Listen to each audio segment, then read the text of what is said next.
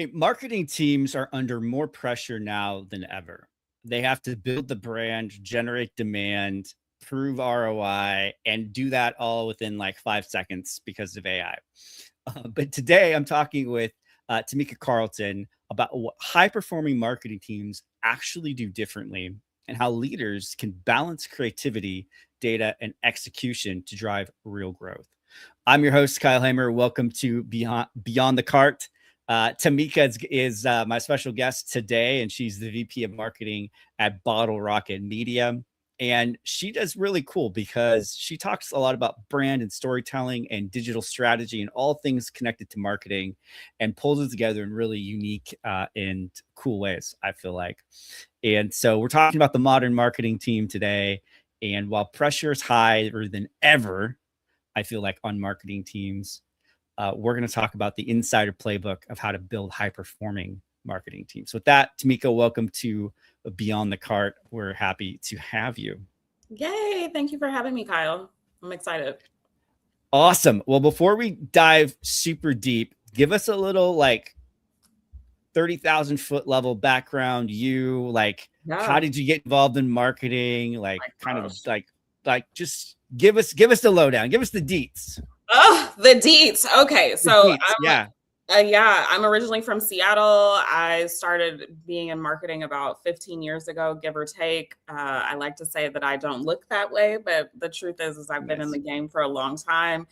I really started with grassroots marketing. So I've been in the game for a long time. When we started back in the day, when we were like going door to door, and then we elevated to like mail in things that were marketing. And then now we're in this digital space.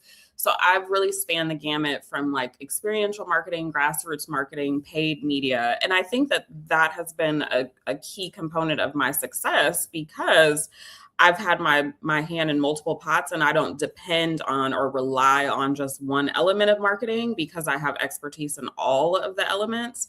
So it's really helped me. And I've been with Bottle Rocket Media for about 6 years. It's a video production company that focuses on video production, obviously, in addition to motion graphics and paid media and video marketing.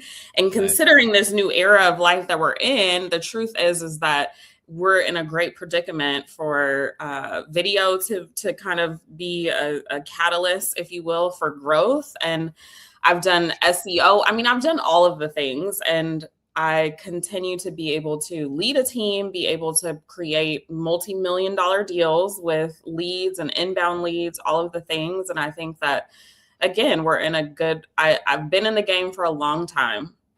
A lot has changed. A lot continues to change. But when you are willing to evolve with the times, you see great success. And that's where I am.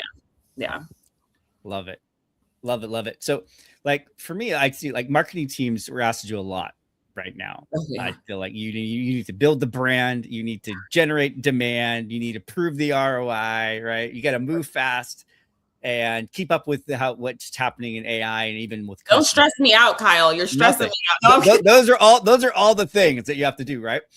So when you look at that pressure, and also just to be clear, like we're also debating whether or not Tamika could be an AI avatar right now. So you may not be feeling that pressure at all. That just may be simulated, truly. Simulated pressure that is not real because we're just AI constructs. But beyond that, when you look at that simulated pressure, what separates teams that thrive from teams that just get overwhelmed?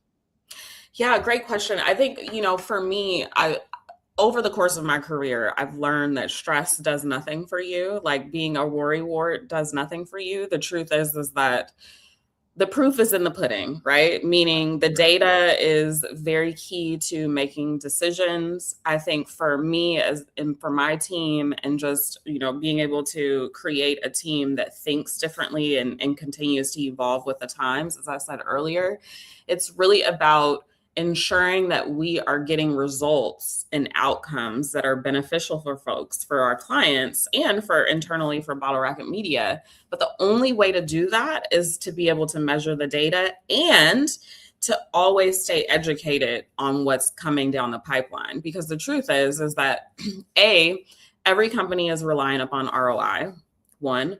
Two, every company wants to make sure that they are staying ahead of the curve.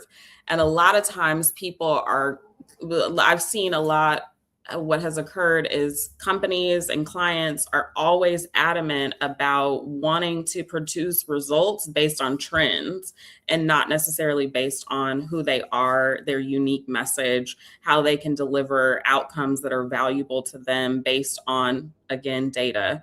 So I think for us, it's about measuring the data. It's about always staying in the loop on things because things are always shifting constantly. The algorithms are shifting.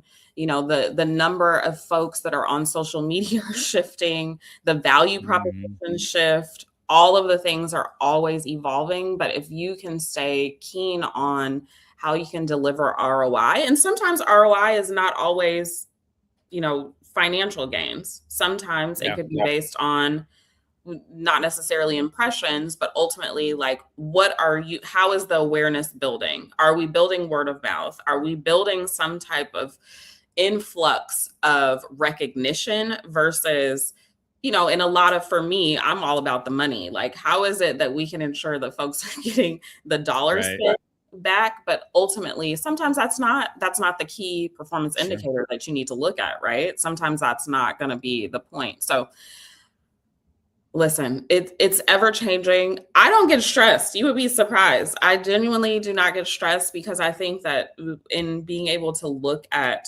data and analyze it, the facts really help you to be able to create change and be able to figure out how you can maneuver based on the data. Yeah, I love it. I love it. And it's so true. It's like, if you're doing a good job gathering the data correctly, that's the first thing. Like, make sure you have good data. And then you have the ability to look at it and then build your strategy off of it.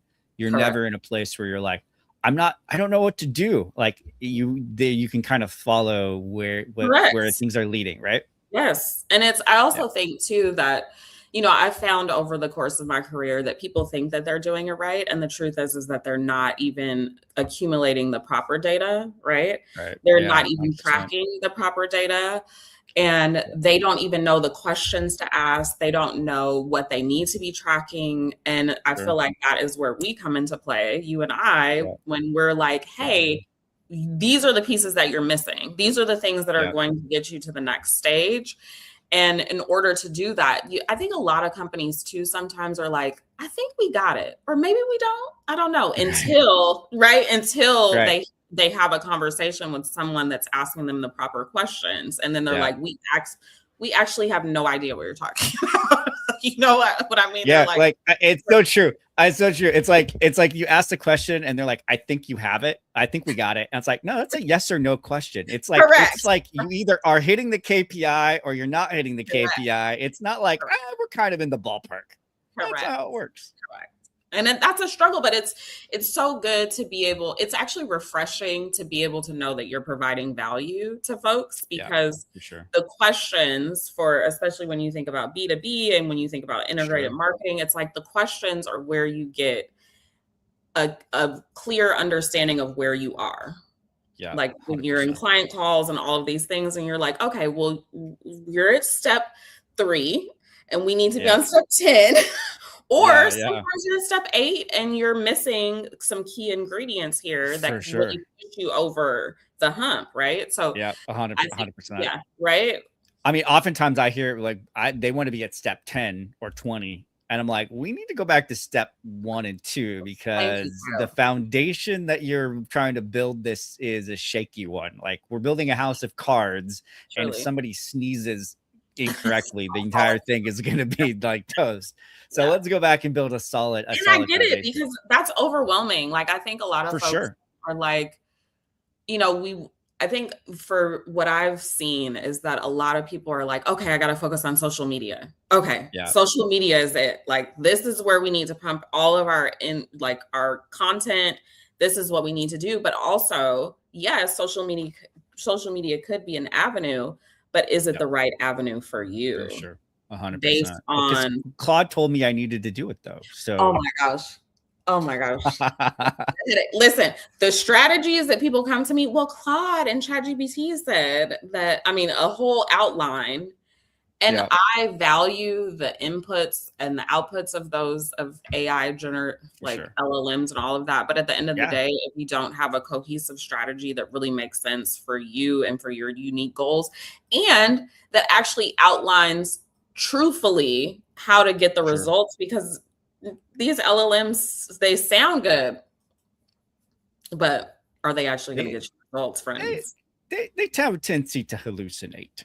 I mean, they definitely they sound good because they're like, you're doing a great job. Yeah.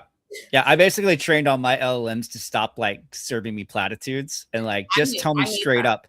Like I actually literally like hand coded it in. I was like, don't compliment me on my Does it my do insight. that? It doesn't. Yeah, like it no, it actually will challenge me. It'll be like, oh, actually, I think you're being inconsistent with your document that you already put up there. And I was like, oh, you're right. I am being inconsistent with my approach. Thanks for calling me out. And like, I've actually trained it to actually like call me out, which has been helpful. No, 100%. But you have to like be training it to do that, because it's trained to basically give you an answer and to make you feel good, because that's what people want. Yes. Right. But you actually have to push back and give it the right parameters in order to really be as valuable as it could be. But so all right, let's talk integrated marketing real quick, because you hear the term integrated marketing. What do you think people I think people often misunderstand it. Like when you hear integrated marketing, what comes to your mind? Like how would you define it? I mean, for me, I think it's all encompassing, and it is a holistic approach. And I think that a lot of folks maybe confuse it with thinking about, how do I position myself the same across all platforms?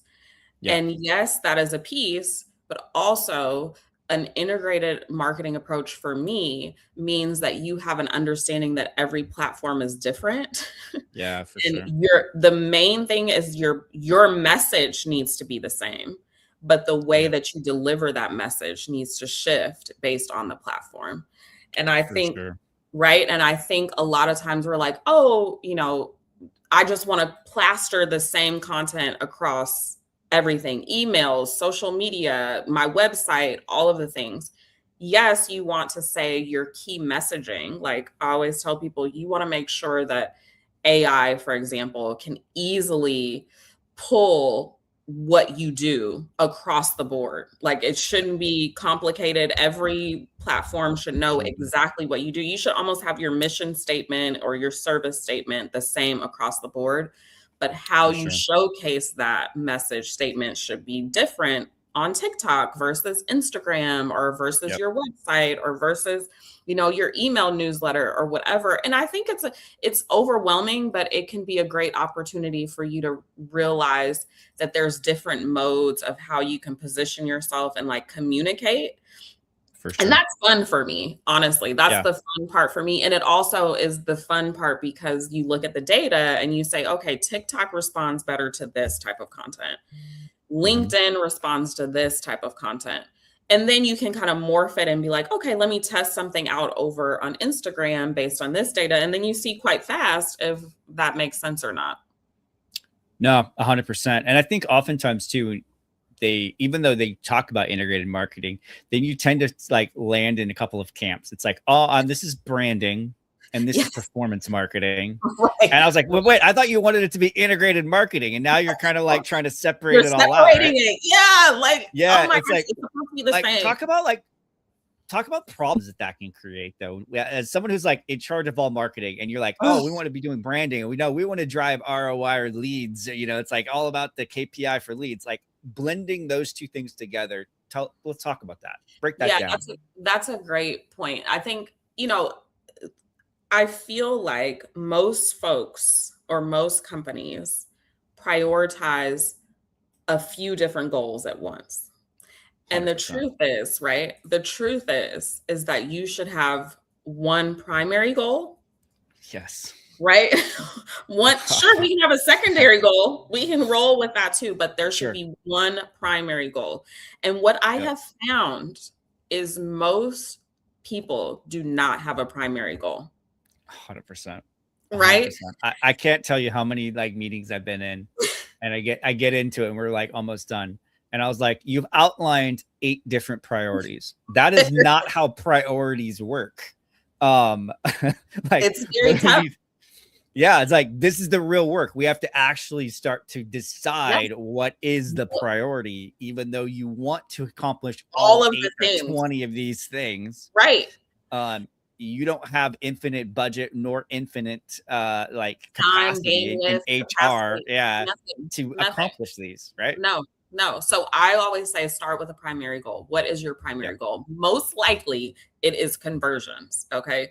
How do we backtrack from that, right? How do we ensure that we're getting leads or sales or whatever it is?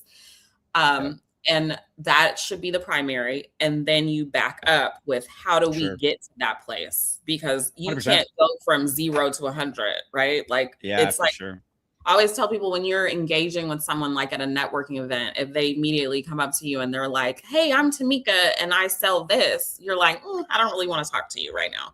But if if I'm Tamika and I say, hey, I work on this, or I would love to get to know you, and you have a dialogue, then it becomes an opportunity for you to provide more influence and more opportunity for them to now want to continue to connect with you, for them at the networking event to walk away from you and say, I want to look this person up.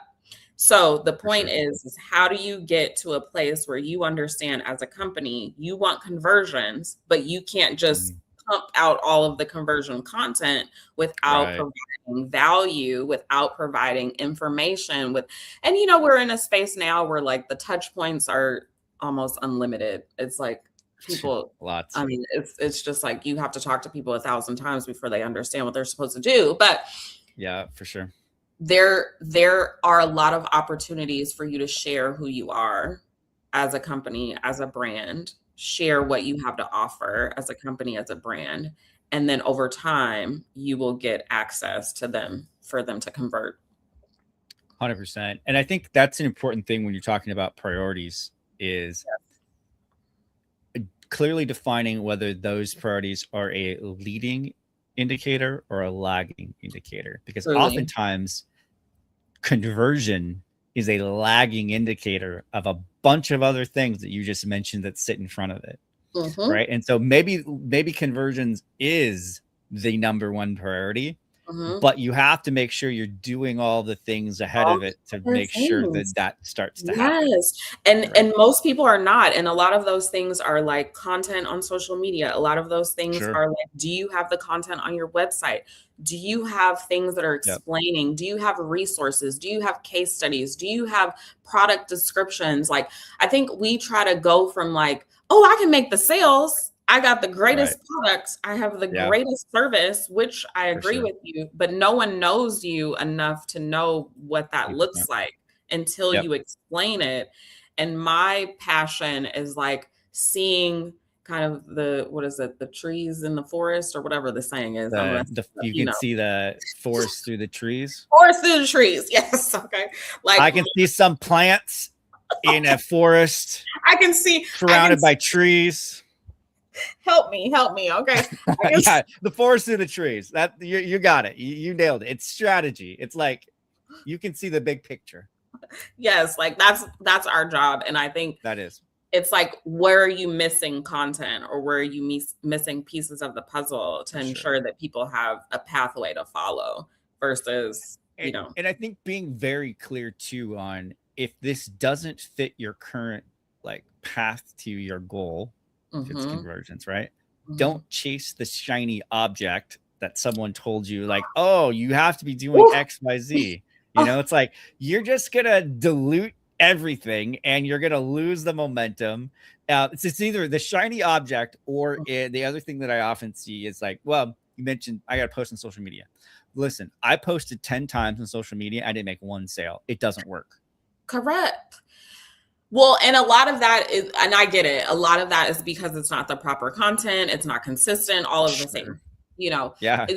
I think for me, I think that a lot of times we prioritize, kind of similar to what you said, the things that don't necessarily matter or are not going to move the needle effectively. Right. So like, say, for example, if we have a client that comes on board and they want to focus on SEO, and we're like, okay, what's your priority goal? Conversions. Okay, great. What's your priority industry or service line? And they're like, we want to sell cookies. Okay, great. Well, your website doesn't have a landing page for cookies.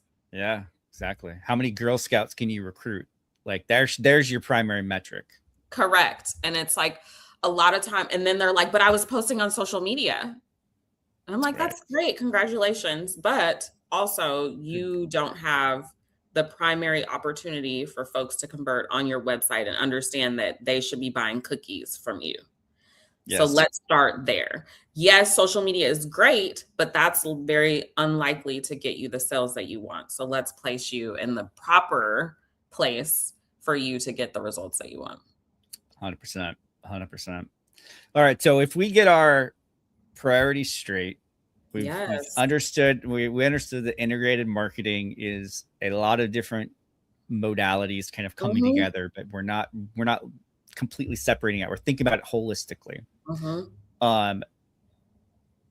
What does a high performing marketing team do every week that average teams only do when something breaks? Oh, that is so good. That is such a good question.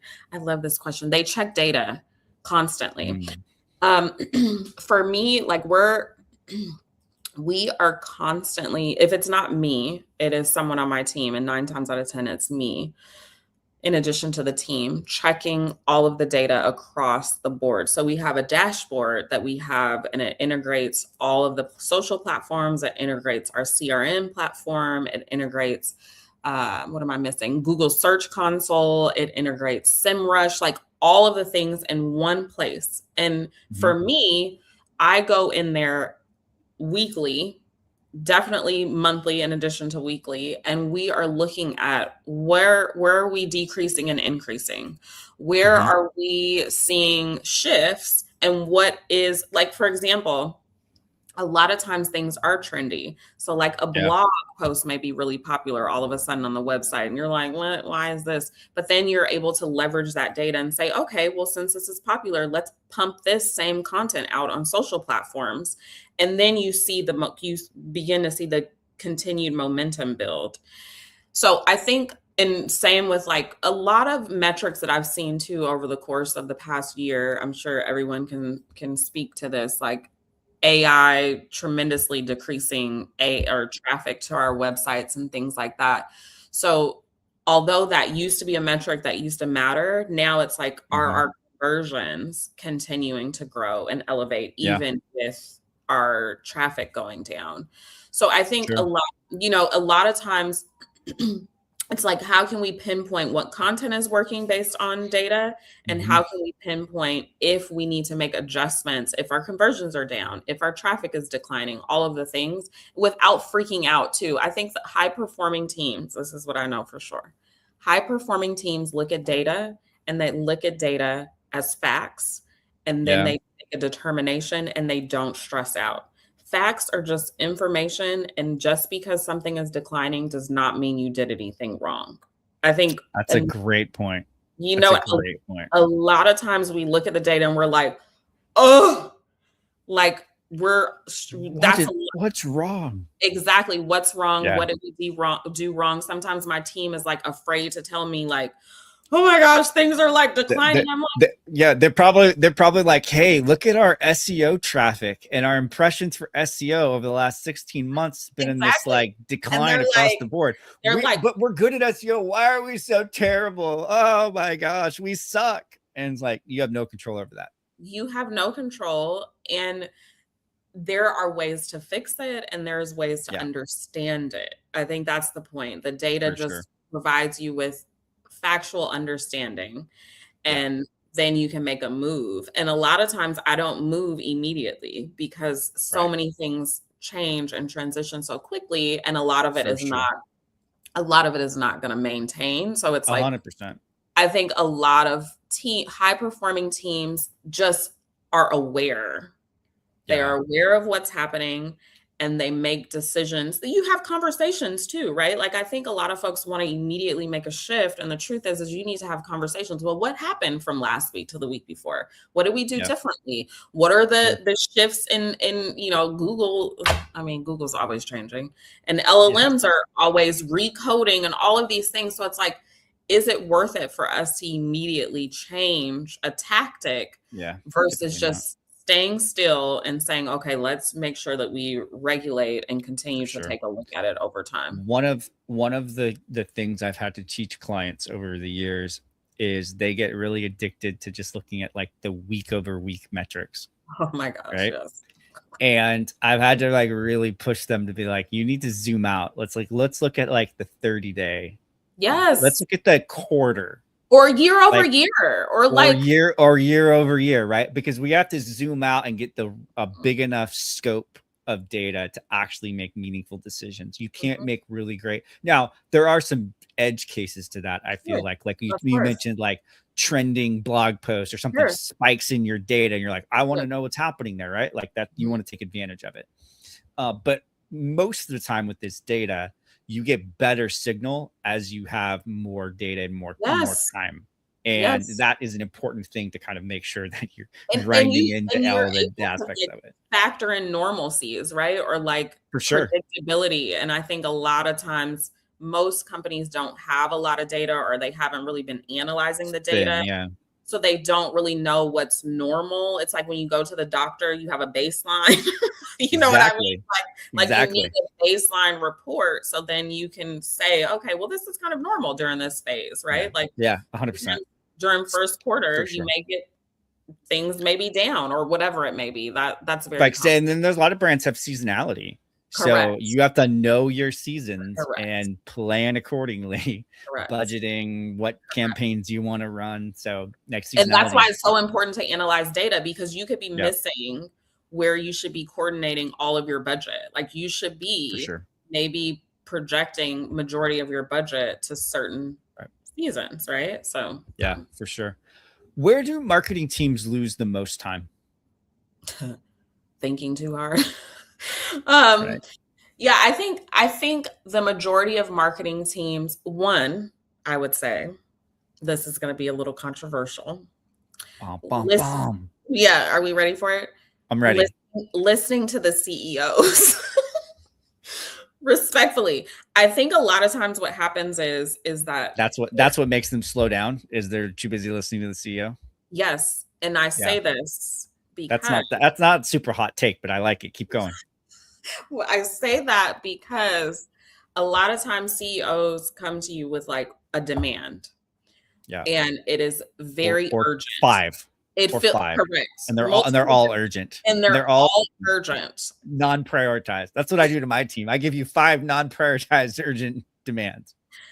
And I think you make adjustments based on their desires, their wants, their demands. And that causes you to waste a lot of time in executing on things that are actually going to make an impact. For sure. It reminds me. Go ahead. Oh, go. No, please. It reminds me. It reminds me of this story that I read where at Amazon, like the senior directors, well, actually, it would go to like the VPs. It was like this daisy chain. But their entire days would get blown up because Bezos would send a single response email that would happen. It was just a question mark. It literally would just reply with a question mark to like the VP about some problem or something. And then they freak out. And they freak out. And everyone downstream of that like executive was now trying to solve and figure out what this one problem was to this question mark. And it was like the dreaded thing that like the story came out. It's like no one wanted to get like a question mark email, because that means they had to drop everything they were working on and go figure out what this problem was to surface it. Yeah, I've learned, don't drop it. Don't drop anything. Yeah.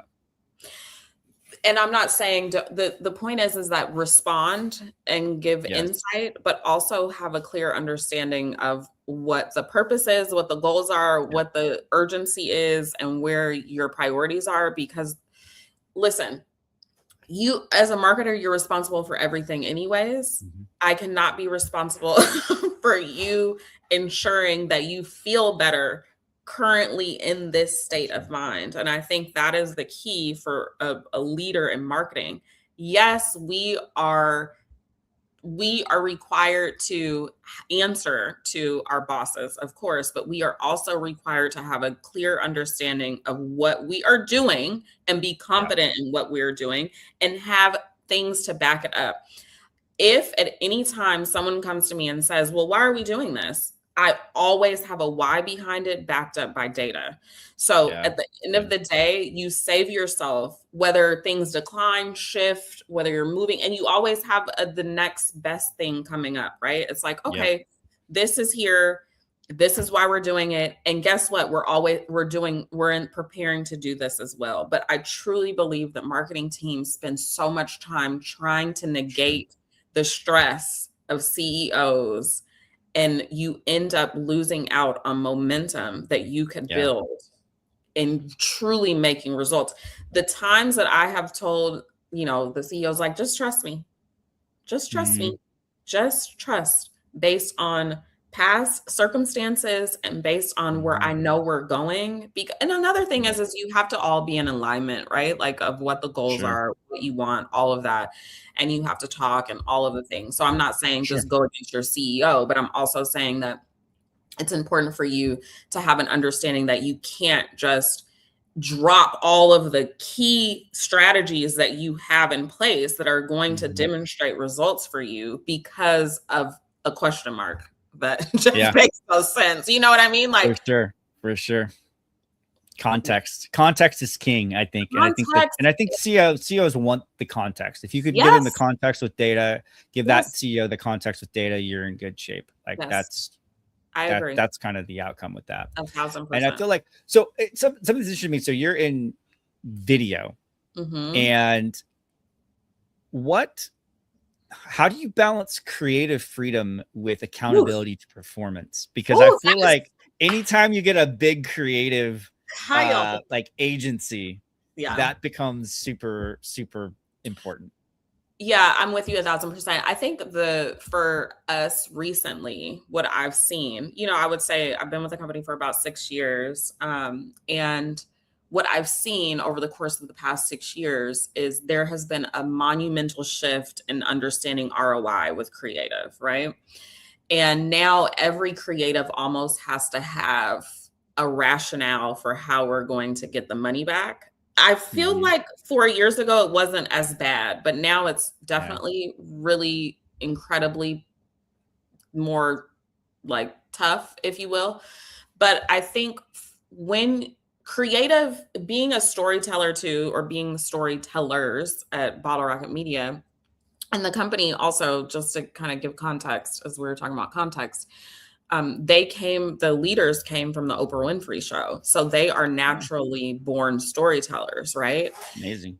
Yeah. So like when you think about what a video is meant to appeal to, it's emotions, and they are aligned with that wholeheartedly. But emotions don't always create immediate results. Yes, they can create a feeling, but will they create an outcome that you want? So for me, I'm like, I always am the bearer of bad news. I'm like, this is a great idea. I love it. And we need to incorporate some things that are going to move the needle, right? Yeah. And a lot of that comes down to how can we organically create or incorporate keywords? How can we make sure that the strategy aligned with the video, or the strategy behind the video aligns with the distribution? Like, how do we make sure that the creative video is going to be credibly placed properly in the appropriate platforms, right? So now when I'm on calls, Kyle, it's so interesting. This is what people want to hear. People want to hear people that understand that we're just not here to just create a phenomenal video, like a Nike commercial. No, we want to create a video that is going to get us performance. And the only way to do that is to do research and upfront, like competitor analysis and like data, structuring, and from like are you going to be on Instagram, and is this a proper placement for your video? Or like, do we need to optimize the YouTube, and do we need to optimize the YouTube channel? Yeah.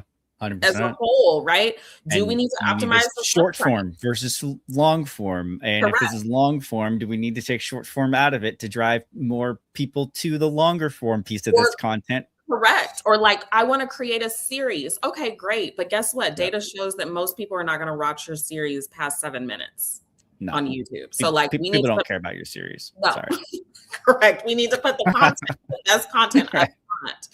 So all of those things come into play. And I think that recently people are more apt to absorb that information, because for sure people are pinching pennies these days, I like to a certain degree. So they need to be able to provide some insight results. Yes, exactly.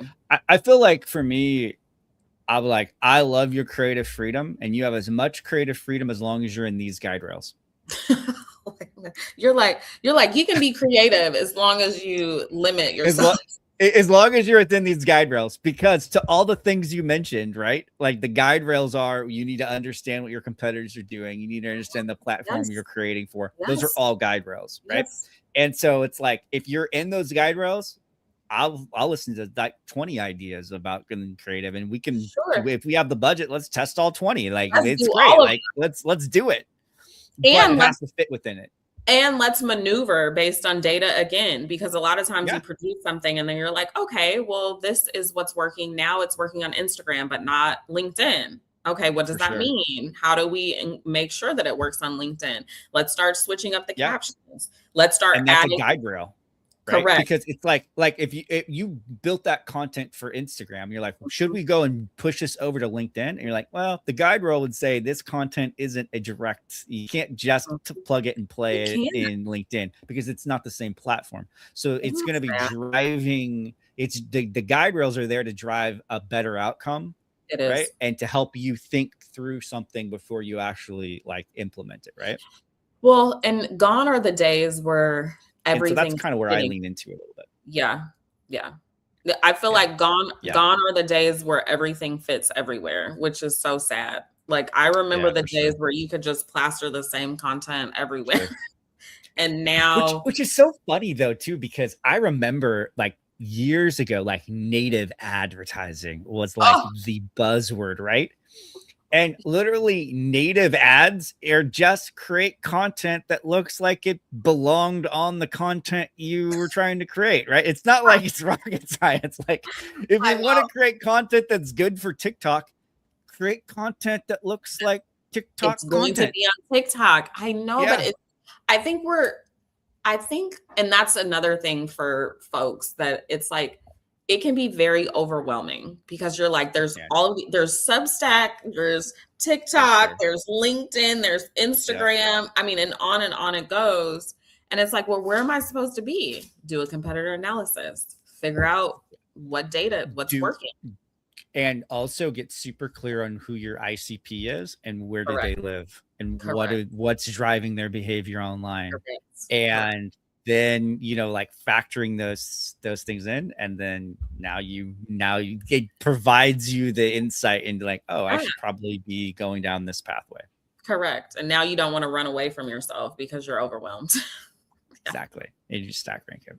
Awesome. All right. Well, let's keep rocking and rolling, because we're gonna run out of time.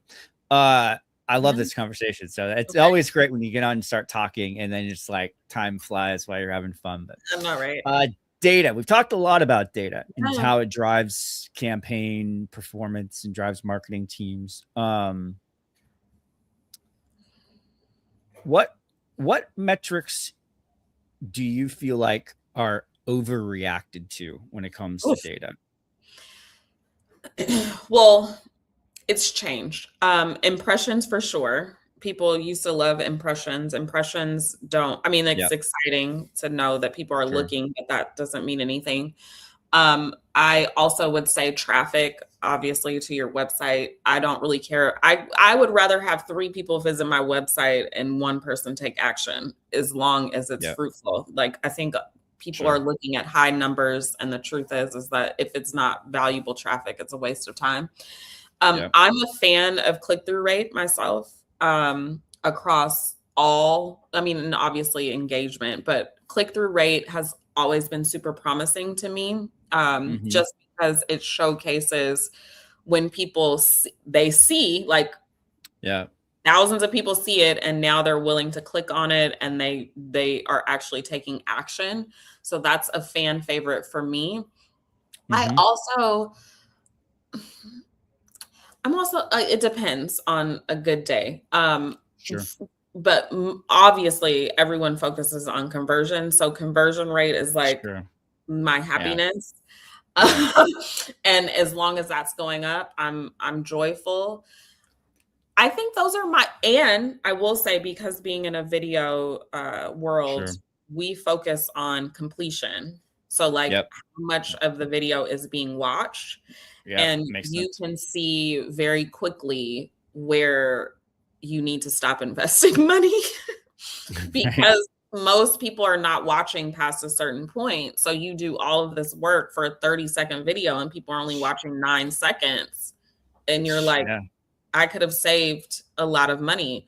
And or with like documentary series and things like I talked about earlier, like, it's true. People are typically only watching, unless you're like, you have a celebrity on or something, people are not watching your full video. But that speaks volumes to showing you what type of videos you need to create. Unless David Attenborough is narrating your 4-hour-long video, it's probably not going to be that great. It's not. And I think a lot of people, we still find a lot of clients that want to make 4-minute videos. And I'm like, but why? But why? So the point is that those are, especially for video, are key indicators of success or lack thereof. 100%. It's true too, because click-through rate and some of those in view are great to help you analyze the performance of that asset, right? But then you have to put it in the context of its ultimate goal, and that is conversion, right? Because you might have some videos that have great click-through rate and great but they don't convert. It doesn't convert. It like gets clicks, but there's some misalignment across somewhere within that, and you have to kind of put it in context. That, and most videos don't really have a clear call to action. True. Like most videos, we're just yapping and hoping for the best. And 100%. The truth is you need clear call to actions throughout your video content if you can, whether it's for engagement purposes. And a lot of that is important these days too on these platforms, because without engagement, they're not going to show your content anymore. 100%. Awesome. All right. Well, let's move into some quick rapid fire questions. I'm scared. These are just off the top of your head. You can just rip whatever answer. Okay. What's the biggest sign a team is not aligned? Communication. What is the best sign that a team is high performing? Conversions. No, I'm kidding. That was the first. It's all conversions. No, high performing. High performing team. It's like you're not getting conversions, you're all fired. You suck. Pretty much. I think creativity and proactiveness. I would say proactiveness. What's one meeting every marketing team should have? Data analysis at least once a month. Love it. What is better input, customer interviews or platform analytics? Ooh, that's a good one. That's a hard one. I saved that one for last. Yeah, customer interviews, or I would say, or platform analytics. I would say customer interviews. And the only reason I say that is, and you didn't ask me for an ad lib, but I'm going to give it to you, Kyle. Give me the ad lib. The only reason I say that is because it's real humans, and you have succinct understanding of what they want, what is positive, what is not. And human data is more aligned than platform data. Right. For sure. And you're going to get more insight from it. Do things that can't scale. Platform data is scalable. Talking with actual humans, not so much. But correct. I love this. Tamika, this has been absolutely awesome. My big takeaway, like high performing marketing teams are not just doing more. It's not about doing more things. It's about just alignment and getting alignment on your clarity, on your data, and on your communication, and really on what your one goal should be. and yes, then one communicating goal. that Yes. one goal, and then communicating that openly and transparently. Where should people stay connected with you? I know you have your podcast. If you want to plug that really quick, that would be awesome. And how can people stay connected with you? Yeah, thank you for that. And I agree with everything that you said. I have my podcast, The Real Connect. It's all about quality relationships, whether you're in your workplace or, mentorship, friendships, all of the things. You can find us on Spotify, Apple, anywhere you get your podcasts. And then TamikaCarlton.com, you can find me as well. And then, of course, BottleRocketMedia.net, please, if you want a video or any video marketing expertise and all of those things. It'll be less than a 4-minute video because that's what we decided it works. Or it could be a docuseries because we're really good at that. Remember, we come from the Oprah Winfrey Show, so we got the good storytelling. Or if you want a 4-hour documentary, you can have either one. Truly. There's nothing in between. It's just one or the other, right? So, I love that. Awesome. There it is. Go check it out. Thank you. Yeah. Awesome. Love it. So Tamika, thank you so much. We're gonna have to have you back on at some point in the future. Please. I would love to. Yeah. Thank you so much for having me. It was a joy. Awesome. Love it. Well, thank you everyone for joining in, and look forward to next time.